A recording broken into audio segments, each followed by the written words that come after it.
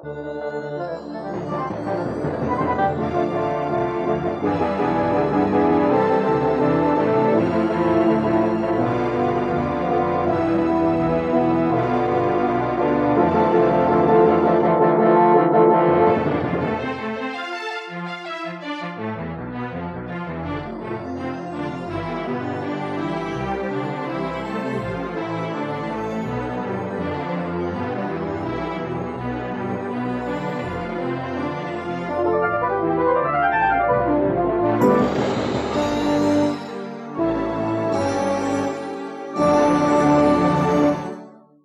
everybody. Hi. Well, that was delayed. Hi, I'm Dean. I'm the dad. Hi, I'm Laura. I'm the mom. Hi, I'm Krysta. I'm the daughter. And together we are Family Plot. We gotta keep the working rest of on it that. was okay. We're getting there. We're getting there. So how you been since last week? Yeah, I'm hanging in there. Me as well. Well, we have an exciting show this week, and exciting in a little different way than last week's show was exciting. We don't need to worry about Crystal and... You've been talking about it all week, but altogether I find I'm a little lost on the subject. Okay. Mom that was and her fun. puns. That was funny. All right, well, moving on now.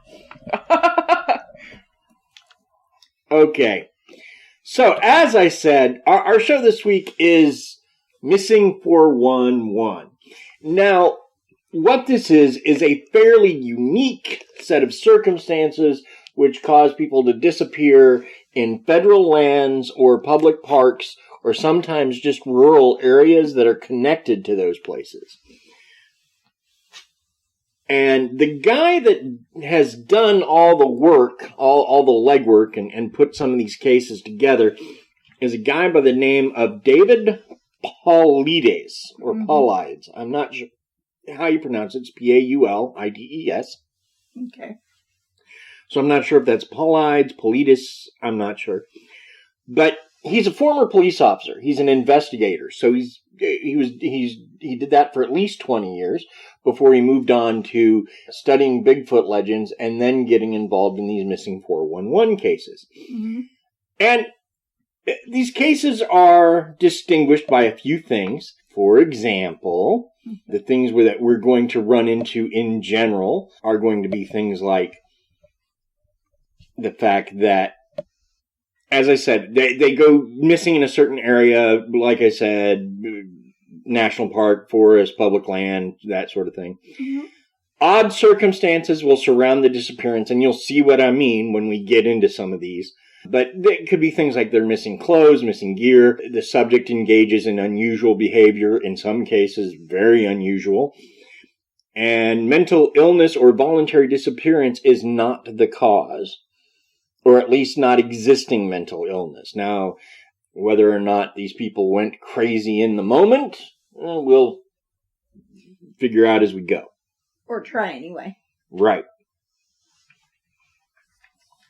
Now, missing people in the world are an unfortunate but regular occurrence. In fact, with as many as 90,000 people declared legally missing in America at any given time, it's hard to ignore the issue.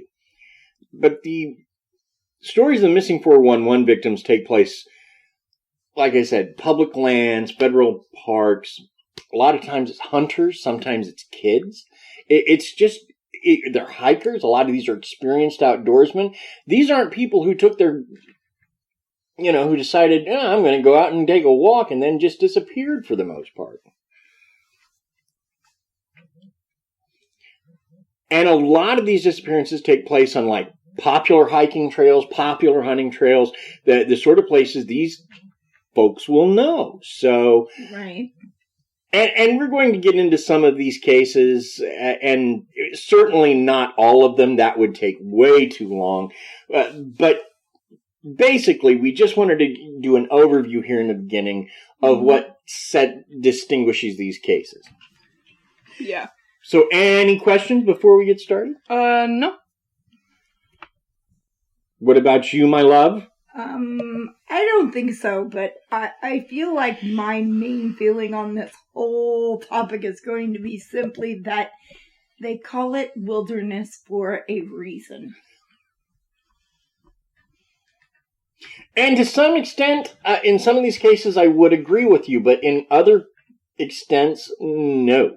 But we'll see when we get to the cases. Because a lot of these are kind of... The one thing I've noticed about these is a lot of them are case-by-case basis. There's some that I look at and I go, yeah, I can see. Yeah. And there's others I look at and go, no, that doesn't make any sense at all. So, we'll do that. But before we get into that, I think that it's very important that our Krysta tells us some weird facts about trees. Because you know what they say about public lands? They're full of trees, most of them. Okay, I didn't know they said that, but Kristlyn! Hi! Welcome back, everybody. Nice to see you, see you again. We aren't seeing you or hearing you. My brain is broken. I'm on the lowest level right now. But, Are we playing D&D and you guys didn't tell me? Because that would be weird, seeing as I'm usually the GM. I'm the GM this time. You are my pupil. Okay.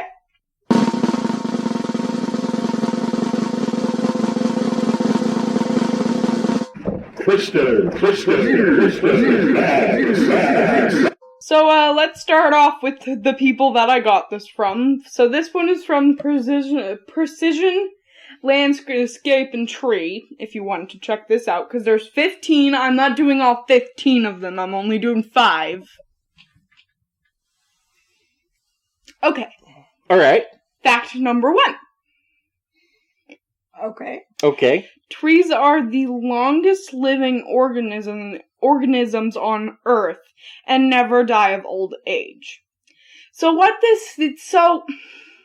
basically, trees, like, in California holds, like, most of the, records for holding, like, oldest trees. Mm-hmm. Some of them are 4,000 to 5,000 years old. And then there is a 4,852-year-old tree that is a brittle cone pine. Wow. It's one of the oldest living trees in the world.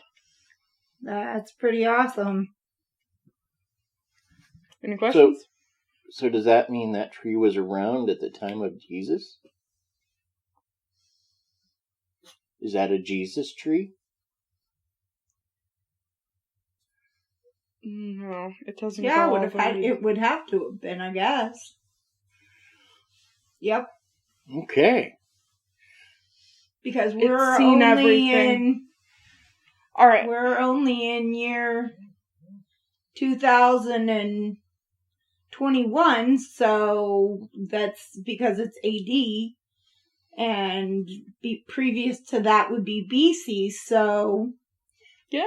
Yes, so it would be older than... Yes. So, it's a Jesus tree. Cool. Alright, number 2. Tree rings can predict climate change. Yes. Now that I knew.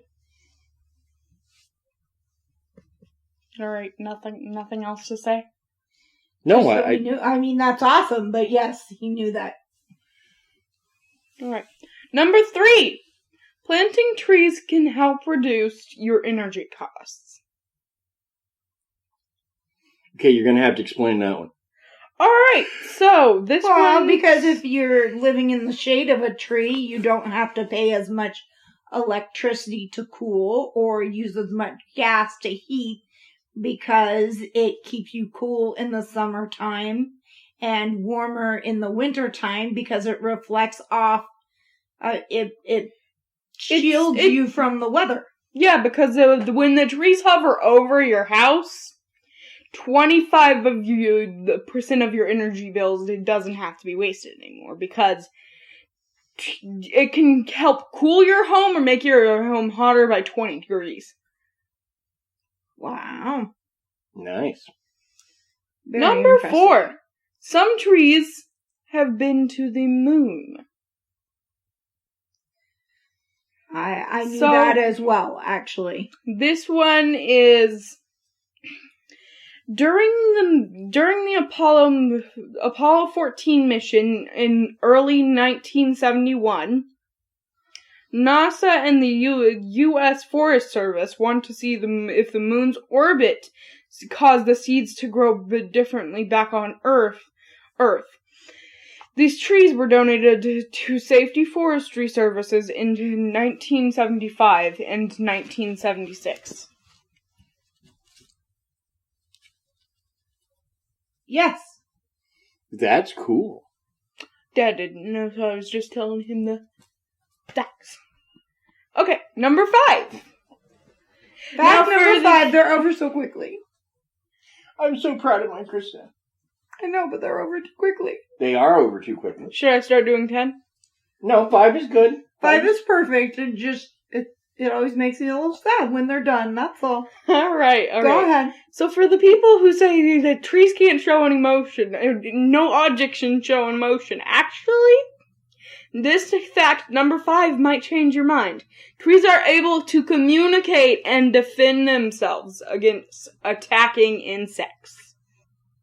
They can't do anything. Excuse me? Actually, I know that the largest organism on the planet is a group of trees. I want to say it's in Colorado. It's like this massive group of trees that their roots are all connected. So it's huge. Nice. Nice. Do I have to say an explanation for this one, or? If you have an explanation, I always like to hear it. Alright, well, scientists have found that trees can flood their leaves with chemicals called phenolics? Okay. When the insects begin their raid. They can also signal danger to other trees. They can start their own defense. Willow trees, for example, emit certain chemicals when they're attacked by webworms. Other willows then produce more tannin, making their leaves harder for the pests to digest. Cool. Very cool.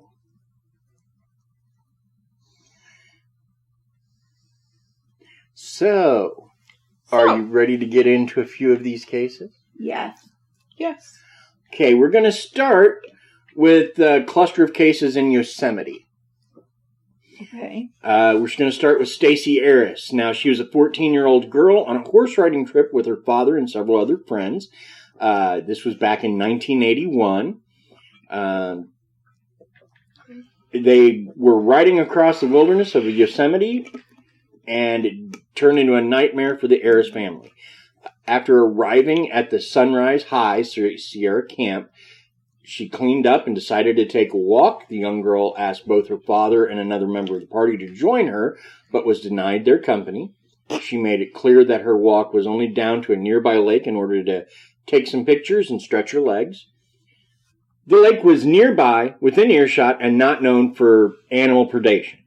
Her father probably thought that, his daughter going down the lake wasn't a big deal. Uh-huh. But once she embarked on her short walk, she was never seen again. After a comprehensive and thorough search lasting 9 days with over 100 people, sniffer dogs, and helicopters, nothing more than the lens cap of her camera was ever found. Ugh. Very sad. 3 years older than our little Miss Krysta. Yeah, no, that's not okay. That's not okay. Never okay to go missing at age 14.